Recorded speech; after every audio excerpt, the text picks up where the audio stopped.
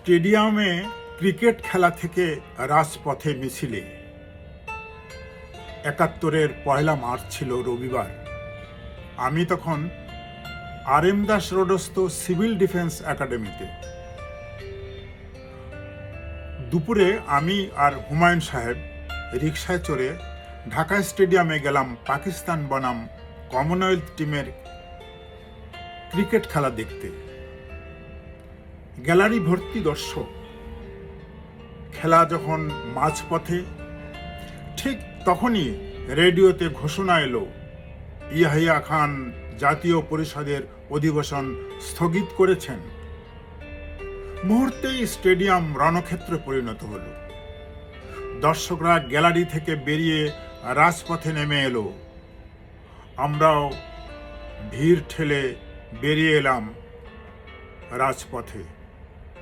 বুঝতে পারলাম বাংলার ইতিহাস বদলে যাচ্ছে।